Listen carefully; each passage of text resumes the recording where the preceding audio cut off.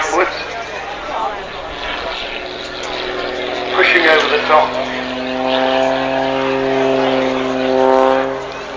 More of those flicks, and into a spin. The aircraft fully auto-rotating there, doing its own thing.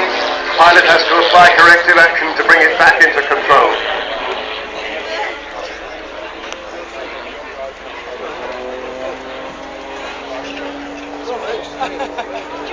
Rolling, rolling, rolling on the way down.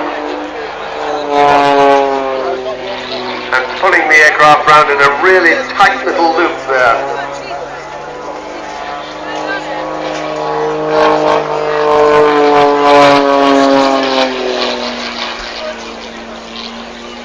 Rolling first one way and then the other, and then turning it into a tumble.